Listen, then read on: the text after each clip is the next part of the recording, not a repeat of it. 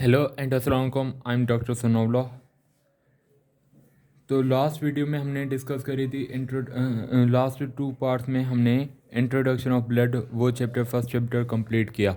इस वीडियो से हम आरबीसीज़ को स्टार्ट करने जा रहे हैं। हम आरबीसीज़ को डिटेल में पढ़ेंगे और इससे रिलेटेड क्लिनिकल्स भी जो भी होंगे, जैसे एनीमिया हो गया, पोलिसीमिया हो गया, जो भी रिलेटेड क्लिनिकल्स होंगे वो भी हम डिटेल में पढ़ेंगे। तो वो सारे वीडियोस हासिल करने के लिए आप लोग हमारे चैनल को सब्सक्राइब कर दें और प्रेस कर लें नोटिफिकेशन आइकन को, ताकि आपको जो भी आने वाली वीडियोस हैं उनकी नोटिफिकेशन आपको मिल जाए। और इस वीडियो को ज़्यादा से ज़्यादा शेयर करें अपने दोस्तों के साथ, ताकि बहुत ज़्यादा स्टूडेंट्स को हेल्प हो सके। तो हम स्टार्ट करते हैं आरबीसीज़ को। What are RBCs? RBCs are highly specialised cells that carry respiratory gases between lungs and tissues. RBCs जो होते हैं वो हाईली स्पेशलाइज्ड सेल्स होते हैं, स्पेशलाइज्ड सेल्स होते हैं। वो कैरी करते हैं रेस्पिरेटरी गैसेस को लंग्स और टिश्यूज़ के बीच में। लंग्स से रेस्पिरेटरी गैसेस को लेके आते हैं और टिश्यूज़ को ये रेस्पिरेटरी गैसेस को देते हैं। ये फंक्शन होता है आरबीसीज़ का। आरबीसीज़ का क्या फंक्शन होता है कि ये रेस्पिरेटरी गैसेस को लंग्स से कैरी करते हैं और डिफरेंट टिश्यूज़ तक उन रेस्पिरेटरी गैसेस को पहुंचाते हैं through RBCs respiratory gases transport. Special features of RBCs. RBCs non nucleated होते हैं, इनके पास कोई भी न्यूक्लियस नहीं होता।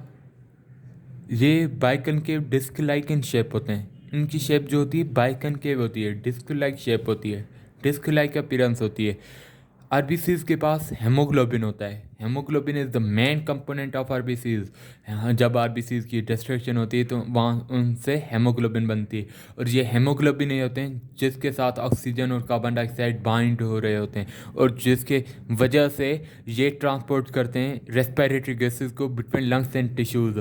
ये हेमोग्लोबिन होते हैं। ये हेमोग्लोबिन क्या होते हैं? Haemoglobin are components of RBCs. Haemoglobins are components of RBCs. RBCs के पास न्यूक्लियस तो नहीं होता, लेकिन इनके पास हेमोग्लोबिन होता है। आरबीसीज़ के पास दूसरे साइटोप्लाज्मिक ऑर्गेनेल तो नहीं होते, लेकिन इनके पास क्या होता है? हेमोग्लोबिन होता है, जो मोस्ट इंपॉर्टेंट होती है। आरबीसीज़ के पास कोई भी साइटोप्लाज्मिक ऑर्गेनेल नहीं होता, जैसे माइटोकॉन्ड्रिया हो गए या गोल्जी अपैरेटस हो गया। ऐसे ऑर्गेनेल्स आरबीसी के पास नहीं होते, लेकिन आरबीसी के पास हेमोग्लोबिन होता है, जिसके ज़रिए डिफरेंट सब्सटेंसेस ऑक्सीजन को रेस्पिरेटरी गैसेस को ट्रांसपोर्ट करवाता है between lungs and tissues. RBCs are unable to synthesise new proteins. RBCs जो है वो नए प्रोटीन्स नहीं बना सकते, क्योंकि इनके पास राइबोसोम नहीं होती, इनके पास रफ एंडोप्लाज्मिक रेटिकुलम नहीं होता। याद रखिएगा, आरबीसीज के not synthesise new proteins. RBCs के not synthesise new proteins because they don't have ribosome. इनके पास राइबोसोम नहीं होता, इनके पास रफ एंडोप्लाज्मिक रेटिकुलम नहीं होता। जो कंपोनेंट्स है जो प्रोटीन को सिंथेसाइज कर रहे होते हैं वो इनके पास होते ही नहीं है, तभी RBCs are unable to synthesise new proteins. RBCs are unable to carry out oxidative reaction. ये आरबीसीज जो हैं वो ऑक्सीडेटिव रिएक्शन से नहीं कैरी कर सकते। ऑक्सीडेटिव रिएक्शंस वो रिएक्शंस होते हैं जिसमें ऑक्सीजन ऐड हो रही होती है या हाइड्रोजन रिमूव हो रहा होता है। रेडॉक्स रिएक्शंस जिसमें रिडक्शन ऑक्सीडेशन रिएक्शन होती है, वो रिएक्शंस आरबीसीज कैरी नहीं कर सकते। RBCs are unable to undergo mitosis. याद रखिएगा, आरबीसीज जो होते हैं वो माइटोसिस नहीं करते हैं। ये वाइट सेल्स हैं जो माइटोसिस नहीं करते एडल्ट बॉडी के अंदर। क्यों? क्योंकि आरबीसीज हमने लास्ट टाइम हमने ब्लड की पढ़ी थी लास्ट पार्ट में, कि ब्लड कहाँ से बन रहे हैं? स्टेम सेल्स है, haematopoietic stem cell bone marrow से बन रहे हैं, हेमाटोपोएटिक स्टेम सेल से, तो वहाँ से बनते हैं। ये डिवाइड नहीं होते हैं। आरबीसीज जैसे बनते हैं, फिर 120 डेज़ के बाद इनका लाइफ स्पान होता है 120 डेज़, और आफ्टर 120 डेज़ ये डाई कर जाते हैं, डिस्ट्रॉय हो जाते हैं, लेकिन डिवाइड नहीं होते आरबीसीज। याद रखिएगा, आरबीसीज के not divide through mitosis, they are unable to undergo mitosis. वो माइटोसिस नहीं करते हैं, लेकिन आरबीसीज क्या करते हैं? आरबीसीज डायरेक्टली प्रोडक्शन होती है आरबीसीज की। कहाँ से प्रोडक्शन होती है? They are produce from bone marrow, bone marrow से प्रोड्यूस होते हैं। हम आगे फार्मेशन ऑफ आरबीसी पढ़ेंगे, जैसे इरेथ्रोपियोसिस कहते हैं। इरेथ्रोपियोसिस हम डिटेल में पढ़ेंगे कि कैसे आरबीसीज बन रहे होते हैं, बोन मेरो स्टेम सेल से कैसे आरबीसीज बनते हैं। लेकिन अभी इतना याद रखिएगा कि आरबीसीज जो होते हैं वो माइटोसिस नहीं करते हैं। RBCs contain special enzymes such as glycolytic pathway, pentose phosphate shunt carbonic anhydrase and glutathione. RBCs के पास स्पेशल एंजाइम्स होते हैं, बहुत इंपॉर्टेंट एंजाइम्स होते हैं। कौन से glycolytic pathway, pentose phosphate shunt, carbonic anhydrase, glutathione, ऐसे ऐसे इंपॉर्टेंट एंजाइम्स होते हैं। ये सारे हम बायोकेमिस्ट्री में डिस्कस करेंगे कि इनका रोल क्या होते हैं। लेकिन याद रखिएगा कि आरबीसीज में ये सारे एंजाइम्स होते हैं, glycolytic pathway, pentose phosphate shunt, carbonic anhydrase, glutathione, ऐसे इंपॉर्टेंट एंजाइम्स आरबीसीज के पास होते हैं। RBCs content highly elastic membrane can undergo remarkable changes in shape whenever required. RBCs के पास आरबीसीज की जो मेम्ब्रेन होती है वो हाईली इलास्टिक होती है, वो लचकदार होती है, फ्लेक्सिबल होती है। जब भी उसे अपना शेप चेंज करना होता है, कोई ज़रूरत होती है कि यहाँ पे शेप चेंज करो, बॉडी स्टिमुलाई देती है आरबीसीज को, तो आरबीसीज अपना शेप चेंज कर देते हैं। अगर कोई ब्लड वेसल नैरो हो रही है, वेजो डायलेशन हो रही है या वेजो कंस्ट्रक्शन हो रही तो आरबीसीज थोड़े नैरो कर हो जाएंगे, वो अपनी साइज़ को चेंज करने की कोशिश करेंगे और उनकी साइज़ चेंज हो जाएगी। क्योंकि इनकी मेम्ब्रेन जो होती है वो बहुत फ्लेक्सिबल होती है, वो इलास्टिक मेम्ब्रेन होती है इनके पास। याद रखिएगा आरबीसीज के पास इलास्टिक मेम्ब्रेन होती है, उसकी वजह से they can undergo remarkable changes in shape whenever required. RBCs have actin spectrin complex of specialized proteins that maintains its biconcave shape। हमने पढ़ा कि आरबीसीज के पास बाइकनकेव डिस्क लाइक शेप होता है। क्यों होता है आरबीसीज के पास बाइकनकेव डिस्क लाइक शेप, कोई और शेप क्यों नहीं होती? क्योंकि आरबीसीज के पास स्पेशलाइज्ड प्रोटीन्स होते हैं, उनकी एक्टिन स्पेक्ट्रिन कम्प्लेक्स होती है। Actin spectrin complex of specialised proteins होता है आरबीसीज के पास, जो उनकी बाइकनकेव शेप को मेंटेन कर रहा होता है। तो याद रखिएगा ये कुछ स्पेशल फीचर्स कि आरबीसीज नॉन न्यूक्लिएटेड होते हैं, बाइकनकेव डिस्क लाइक होते हैं, इनके पास हेमोग्लोबिन होता है। आरबीसीज के पास कोई भी साइटोप्लाज्मिक ऑर्गेनेल नहीं होती, ये ना ही प्रोटीन्स बना सकते और ना ही ऑक्सीडेटिव रिएक्शंस कैरी कर सकते हैं, ना ही प्रोटीन्स बना सकते ना ही ऑक्सीडेटिव रिएक्शंस कैरी करते। आरबीसीज माइटोसिस नहीं करते हैं। याद रखिएगा आरबीसीज इरिथ्रोपोइसिस प्रोसेस के जरिए हेमाटोपोइएटिक स्टेम सेल से बोन मैरो सेल से बन रहे होते हैं, जो हम आगे डिस्कस करेंगे। लेकिन माइटोसिस आरबीसीज नहीं करते। आरबीसीज के पास इंपॉर्टेंट एंजाइम्स होते हैं for glycolytic pathway, pentose phosphate shunt, carbonic anhydrase, glutathione, ऐसे इंपॉर्टेंट एंजाइम्स आरबीसीज के पास होते हैं। RBCs contain highly elastic membrane, that's why they can undergo remarkable changes in shape whenever required।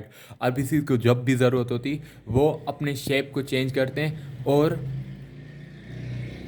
उनका shape क्यों change होता है? क्योंकि उनके पास हाईली इलास्टिक मेम्ब्रेन होती है। आरबीसी की बाइकनकेव शेप होती है, वो कौन मेंटेन करता है? Because they have actin spectrin complex of specialised protein. इनके पास एक्टिन स्पेक्ट्रिन कम्प्लेक्स होती है स्पेशलाइज्ड प्रोटीन्स की, जो उनकी बाइकनकेव शेप को मेंटेन कर रही होती है। अब कुछ नॉर्मल वैल्यूज़ हम आरबीसी में देखें। आरबीसीज की नॉर्मल वैल्यूज़, साइज आरबीसी का 7 to 8 माइक्रॉन, आरबीसीज का size 7 to 8 micron, shape biconcave होता है। काउंट आरबीसीज कितने होते हैं एक एडल्ट ह्यूमन बॉडी के अंदर? 4.8 to 5.2 मिलियंस पर CMM। याद रखिएगा 4.8 to 5.2 मिलियंस पर CMM आरबीसी की नॉर्मल काउंट होती है। MCV 77 to 96 FL, MCH 27 to 35 PG पर सेल होती है। MCHC 31 to 35% ग्राम परसेंटेज होती है। ये वैल्यूज़ इंपॉर्टेंट हैं, ये वैल्यूज़ याद कर लें आप कैसे भी करके, क्योंकि ये वैल्यूज़ वाइवा में पूछते हैं, ओएसपी में आते हैं, तो आप ये वैल्यूज़ याद कर लें कि MCV कितनी होती है, MCH कितनी होती है। लेकिन ये टर्म्स क्या हैं? व्हाट इज़ MCV, MCH क्या होती है, MCHC क्या होती है? MCV is mean corpuscular of volume. ये मीन कार्पस किलो वॉल्यूम होता है average volume of red blood cell. Average volume of red blood cell, उससे हम मीन कार्पस क्यूब वॉल्यूम बोलते हैं।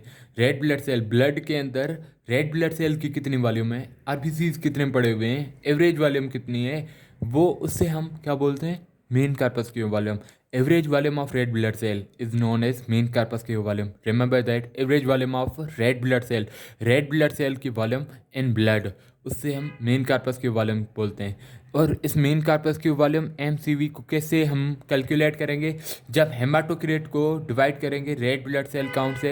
हेमाटोक्रेट हमने क्या बोला था? Percentage of blood cells in blood percentage of blood cells, सारे ब्लड सेल्स हो गए आ गए हेमाटोक्रिएट में, WBCs भी, RBCs भी, WBCs भी, प्लेटलेट्स भी। जब इन सब को डिवाइड करेंगे थ्रू RBCs तो हमें RBCs की वैल्यू पता चलेगी कि RBCs कितने हैं ब्लड के अंदर। तो जब हेमाटोक्रिएट को डिवाइड करेंगे RBCs काउंट से तो हमें average volume of red blood cell मिल जाएगी, हमें रेड ब्लड सेल की काउंट मिल जाएगी कि रेड ब्लड सेल कितने हैं ब्लड के अंदर।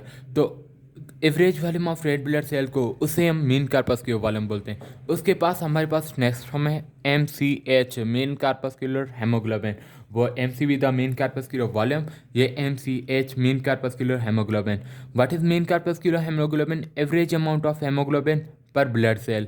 Average amount of hemoglobin per blood cell is known as mean corpuscular hemoglobin. Mean corpuscular hemoglobin is average amount of hemoglobin per blood cell. Is calculated by dividing hemoglobin by red blood cell count. पहले हमने average volume of red blood cell पढ़ा कि blood cell के अंदर red blood cell कितने। अब हम ये बोल रहे हैं कि हेमोग्लोबिन कितनी है ब्लड सेल के अंदर। RBCs तो हैं लेकिन RBCs के अंदर ब्लड सेल के अंदर हेमोग्लोबिन की परसेंटेज क्या है, वो उससे हम मीन कार्पस्क्यूलर हेमोग्लोबिन कंसंट्रेशन कहते हैं। मीन कार्पस्क्यूलर हेमोग्लोबिन कंसंट्रेशन कैसे हम कैलकुलेट करेंगे? जब रेड ब्लड सेल काउंट को डिवाइड करेंगे बाय हेमोग्लोबिन, जब हेमोग्लोबिन को डिवाइड करेंगे रेड ब्लड सेल काउंट से, हेमोग्लोबिन को रेड ब्लड सेल काउंट से डिवाइड करेंगे तो हमें हेमोग्लोबिन कंसंट्रेशन मिल जाएगी रेड ब्लड सेल्स के अंदर, RBCs के अंदर हेमोग्लोबिन की कंसंट्रेट मिल जाएगी। उसे हम MCH बोलते हैं। Mean corpuscular haemoglobin means average concentration of haemoglobin, average concentration of haemoglobin in blood cell, उससे मीन कार्पस्क्यूलर हेमोग्लोबिन बोलते हैं। Mean corpuscular haemoglobin average concentration of haemoglobin in blood cells. ये कैसे कैलकुलेट होता है? जब हेमोग्लोबिन को डिवाइड करते हैं रेड ब्लड सेल से। उसके पास नेक्स्ट फॉर्म है mean corpuscular haemoglobin concentration, MCHC, mean corpuscular haemoglobin concentration. It is average concentration of haemoglobin per unit volume of red blood cell. ये एवरेज कंसंट्रेशन होती है हेमोग्लोबिन की per unit volume of red blood cell. ये कब calculate होगा? जब per unit, यहाँ पे रेड ब्लड सेल नहीं बोलूँ, यहाँ पे क्या कहें कि average concentration of haemoglobin per unit volume of blood cell. Blood cell के अंदर हेमोग्लोबिन कंसंट्रेशन कितनी है? अब पहले मीन कार्पस्क्यूलर हेमोग्लोबिन क्या था? Average concentration of haemoglobin in RBCs हम डिस्कस कर रहे थे कि RBCs के अंदर एवरेज कंसंट्रेशन हेमोग्लोबिन की कितनी होती है। लेकिन जब पूरे ब्लड सेल के अंदर, सब ब्लड सेल के अंदर एवरेज कंसंट्रेशन उठाते हैं हेमोग्लोबिन की, उसे मीन कार्पस्क्यूलर हेमोग्लोबिन कंसंट्रेशन कहा जाता है। और मीन कार्पस्क्यूलर हेमोग्लोबिन कंसंट्रेशन कैसे कैलकुलेट करेंगे? बाय डिवाइडिंग, हेमोग्लोबिन को डिवाइड करेंगे हेमाटोक्रिएट से। हेमोग्लोबिन RBCs का कंपोनेंट, हेमाटोक्रिएट जिसमें सारे ब्लड सेल्स आ गए, RBCs, WBCs, प्लेटलेट, सारे ब्लड सेल आ गए हेमाटोक्रिएट के अंदर। जब हेमोग्लोबिन को हेमाटोक्रिएट से डिवाइड करेंगे तो हमें हेमोग्लोबिन कंसंट्रेशन मिल जाएगी in whole blood cells, in blood cells के अंदर हमें हेमोग्लोबिन की कंसंट्रेशन मिल जाएगी। उससे हम MCHC बोलते हैं। MCHC normally 1 to 35 gram percentage होता है। MCV 77 to 96 FL, MCH 27 to 35 PG पर सेल होता है। तो यहाँ तक थी हमने डिस्कस करी इस वीडियो में रेड ब्लड सेल्स को। आगे हम प्रोडक्शन, फॉर्मेशन ऑफ RBCs पढ़ेंगे, एरिथ्रोपोइसिस पढ़ेंगे। तो हमसे जुड़े रहने के लिए आप इस चैनल को सब्सक्राइब करें और नोटिफिकेशन आइकन को प्रेस करें ताकि हमारी जो भी आने वाली वीडियोज़ हैं वो आपको मिल जाएं। और इस वीडियो को ज़्यादा से ज़्यादा अपने दोस्तों के साथ शेयर करें ताकि वो भी गेन कर सकें इस वीडियो में से। थैंक यू सो मच, मिलते हैं नेक्स्ट वीडियो में। अल्लाह हाफिज़।